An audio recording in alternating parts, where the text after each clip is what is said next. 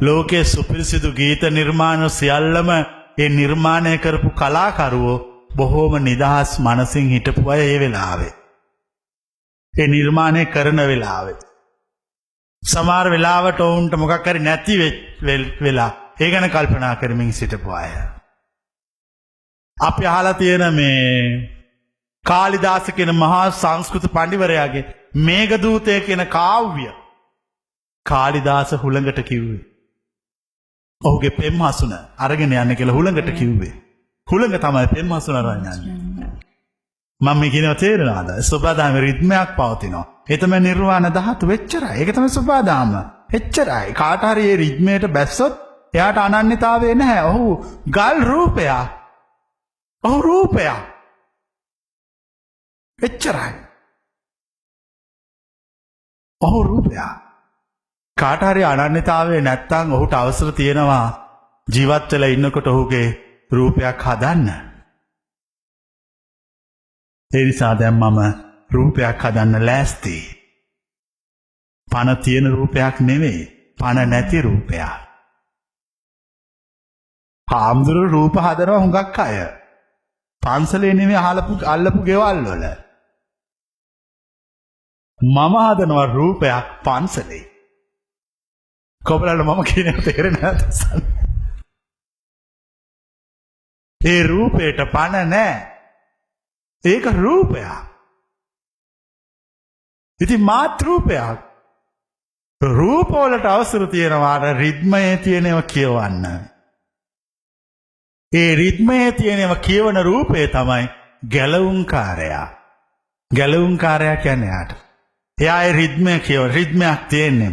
සම්පූර්ණ මමත්වේ නැති කරායින් පස්සේ ඒගොල්ලෝ ඒ රිද්මය තුල ජීවමාන වෙනවා. ඒගොල්ලන්ට ඒ රිද්මයේ තියෙනව අවුරුදු ලක්ෂයක් කියවන්න පුළුවන්.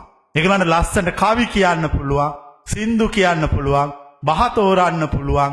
හැබැයි මොන තේරීම කළත් ඒ නිවන ගැනමයි.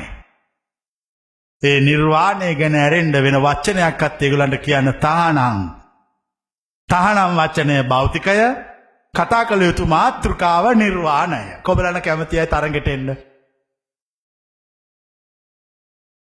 තහනම් වචනය භෞතිකය, මාතෘකාව නිර්වාණය. ඔව් කියන්න පුළුවන්, නෑ කියන්න බෑ, බෑ කියන්න බෑ. වචන දෙකෙන් උත්තර දෙන්න බෑ, තනි වචනෙන් විතරයි උත්තර දෙන්න පුළුවන්. අර තරඟේ අනිත් පැත්ත. දැන් ওই තරඟ අහලා ඇතිනේ. ඔව් කියන්න බෑ, ඔව් කියන්න පුළුවන්, නෑ කියන්න බෑ, බෑ කියන්න බෑ. වචන දෙකෙන් උත්තර දෙන්න බෑ, තනි වචනෙන් විතරයි උත්තර දෙන්න පුළුවන්. ඒ අන්තිමට කීප කැල්ල පැහැදිලි කරා. වචන දෙකෙන් උත්තර දෙන්න බෑ, තනි වචනෙන් පුළුවන්. වචන දෙකෙන් උත්තර දුන්නොත් භෞතිකයි ලෞකිකයි. තනි වචනෙන් කතා කළොත් ලෝකෝත්තරයි.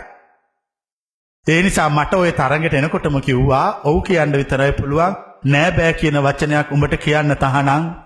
මනුස්ස ලෝකේ ජීවත් වෙන තා උඹට අවශ්‍ය සියල්ල සබදාම ඕනෝටත් වඩා දීලා තියෙන්නේ.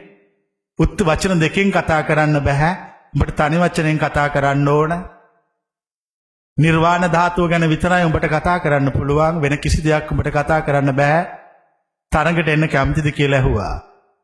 මං කැමතියි කිව්වද අකමැතියි කිව්වද? කොබලන කැමතියි කියලා උන්වහන්සේ කැමතියි කියන්නේ නැති. අතුසන්න. මං කිව්වා බෑ කියලා. මොකද මට ඒ වෙනකොට කිසිම අත්දැකීමක් ඒ තරඟය ගැන තිබිලා තිබුණේ නැහැ. මට අත්දැකීම් තිබුණේ ලෞකික ලෝකයේ ගැන. ඒ නිසා මං කල්පනා කළා මේ ලෞකික ලෝකේ ඉන්නක හොඳයිනේ. මේ තරඟට ගිහිල්ලා අමාරු වැටෙනවට වඩා කවදාකවත් නොලබපු දෙයක්. ඒතර කිව්වා ඒ වුණාට අපි අකමැත්තෙන් උනත් තෝරගන්නේ උඹයි. උඹේ පිරිසිදු බවත් අවංක අව්‍යාජ බවත් ගැන අපි පැහැදිලි සිටිනවා.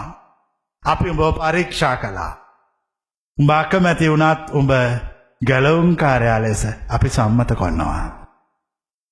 උඹ අකමැති වුණත් එදායින් පස්සේ අපි කියන දේ නුඹට කරන්න සිද්ධ වෙනවා. එයයි අවබෝධයට මොහොතකට පෙර මට දැනුණු විදිය.